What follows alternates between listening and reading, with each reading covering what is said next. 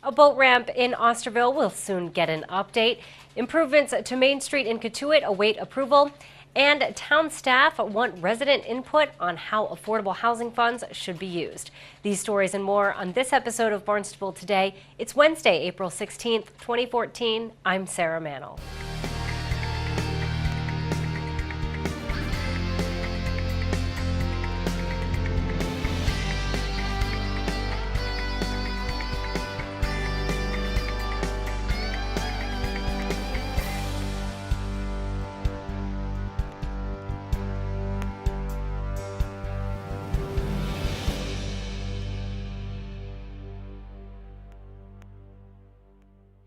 The Conservation Commission approves a project that will update the Bay Street boat ramp in Osterville. Roger McNevich of Coastal Engineering presented the project to the Conservation Commission last night. This project consists of the reconstruction of the Bay Street boat ramp in Osterville on North Bay, as well as the adjacent parking area is being completely reconstructed.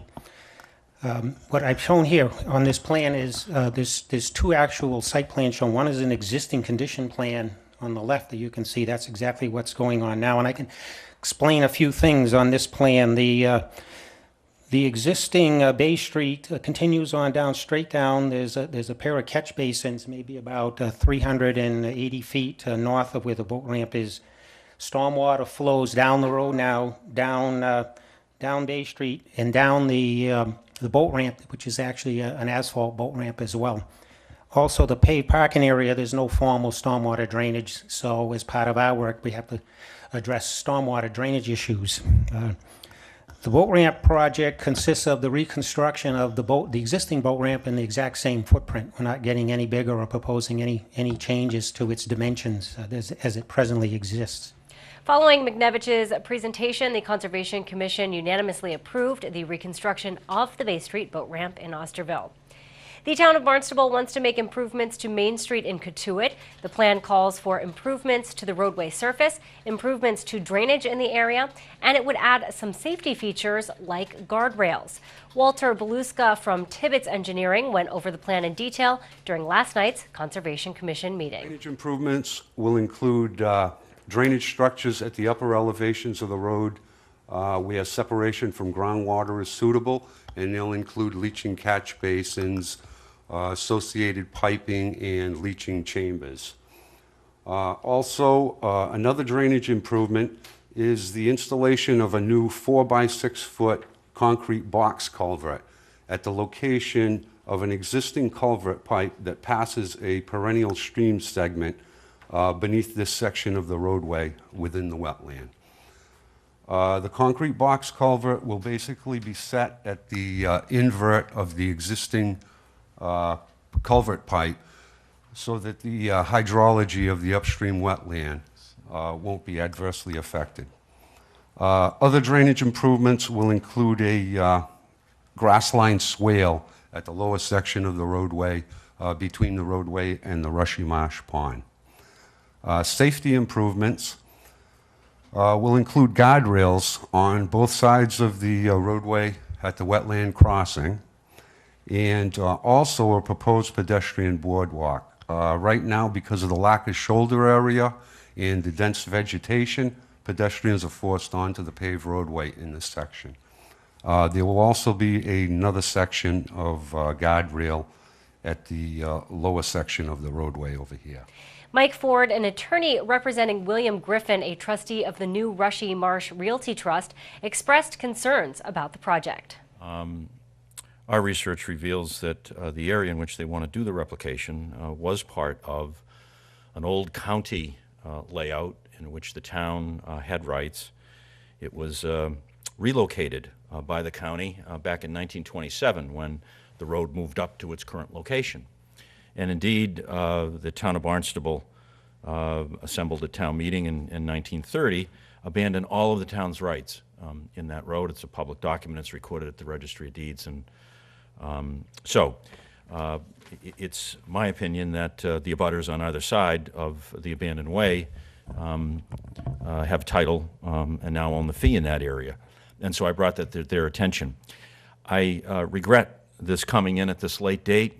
We didn't get the plans, unfortunately, until this afternoon, and Mike McGrath looked at them, and then I was notified and took a look at the title parts of this. So I hate coming in at the last minute and regret that that's the case, but there may be an area that we may be able to accommodate the replication elsewhere in there.